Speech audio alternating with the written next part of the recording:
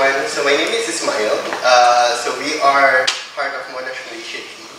Yeah, so I'm from the library. I'm a learning skills advisor, and Tim is the coordinator for a unit called AMU 3585, which is experimental writing. So this project is basically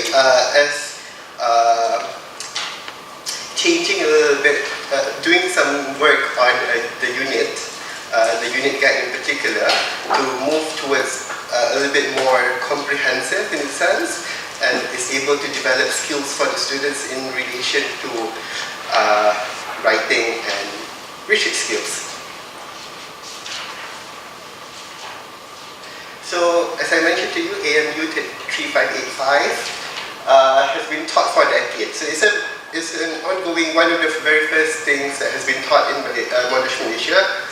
And for us, it was quite outdated when Kim got it. So it has 2 formative assessments and then 1 summative assessment. And then what Tim did was that he took it and then he changed it a little bit and created more assessments along the way to assess the students for this unit. So upon getting the unit, he cut down the requirements for the formative assessment, took the rubrics, make it a little bit lighter for the students, added a lot of multiple choice questions at that point, and revised lesson plans to reflect the new rubrics that he created. So everything that was done was based on his own judgment. So it was not really tested on anything. It was just, I probably change it to make it a little more personal to what he wanted to achieve. So then is where I come in. So we were attending an RSD workshop, and he decided that, I should probably try to map this unit according to the RSD. So what happened was, this is what he changed the list of assessment into. So the original one, the 2 formative, 1 summative assessment, was changed into 10 assignments and assessment and Moodle quizzes and stuff like that. So this was the aftermath of that. Due to RSD, so we changed it a little bit. Timothy actually devised 13 creative skills according to the learning outcomes of the unit, and then he came up with that. I mapped the list of creative skills according to the RSD, and then I put it in and mapped it on NVivo. So we identified the skills of experimental writing, and then creative writing skills would map in accordance to writing experiments, learning outcomes, and I tried to map it on NVivo. So this is a list of creative skills that Timothy mapped based on the learning outcomes. And from there, on NVivo, I managed to find out that most of the skills revolve around 4 facets of the RSD. And embark and clarify, find and generate is the least mentioned in the unit guide.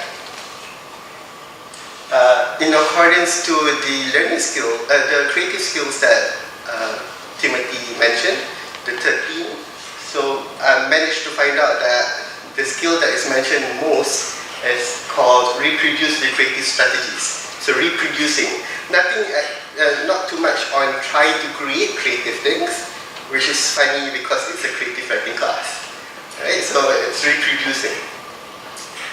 In sense of autonomy, when we mapped it, I've managed to find out that it never mentioned anything on having prescribed skills or even unbounded skills. So everything was focused on scaffolded skills.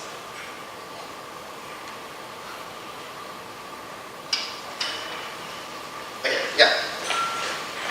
So after doing that, God is a little bit small. After doing that, I felt that the unit, the curriculum itself, emphasized more on academic, cognitive skills, which is what you, which hampered experimentation. As we all know, in creative writing, you need experimentation, you need playfulness, you need to risk take. And but all my assessments centered on, all right, how am I going to do this? Very thinking, very cognitive, and there was no exploration and stuff like that. So I knew immediately there was the lack of playfulness, and even to the way I have put the autonomy, the way I have put in so many skills. So what happened was changes had to be made. So the first change was reduction of assessment tasks. I reduced it clearly to only 4. I remodeled the remaining assessment tasks. I made it easier. I cut down on a lot of things which were not necessary. I reworded the rubric. So these were the three things I did. The first one here, so from the original we have 10 assignments. After doing the RSD, I realized how terrible this was for creative students. So I wrote it down to 4. So I had a mini assignment, assignment 1, assignment 2, assignment 3. And as what I have done with the podcast is I allow creativity, and the thing I did was, it was sound poetry. So the first thing they do was, I launched them into things that do a sound poetry. If you are familiar with Tracy Morris' work, and they heard it, they were like blown out their mind, but they had to follow. I said it's 10%, and everybody did it, all right? But how I did it was, our ethos was to know, you do it once, let me listen, I give you feedback, you correct it, and give it to them. So we had, from there we only had 4, so we changed it to 4, and we made the preliminary research. I also added in a podcast with something they like, something without doing referencing. They hate referencing. So, and the rubrics we also changed. As you can see, I changed it to more RSD framework kind of words. I use more words like strongly generated, articulated, well-connected, synthesized, complements, integrate, and rather than using my older one, which were less, more abstract. Now, so in the end, what I found out was, this is the sort of, after looking through, this is by the 6th week that I wrote this. Alright, by the 6th week, I felt that the model that we were doing changed a little. Alright, and instead of 6 of the facets, because my ethos was, you learn, you write, I give you feedback, you rewrite again, then you communicate. And from pieces of work, every week you have pieces of work that you will combine together. So what you can see is, the middle inner circle is the one that they start where they embark and clarify a lot of questions. And then they went to generate it. Then I evaluated, gave it back to them, they evaluated, and it's a cycle. Then they go back, they'll ask questions again, and so this is the work they do.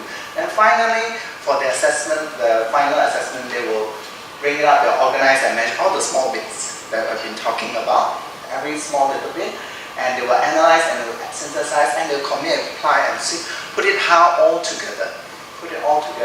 And this was what I felt was for creative writing.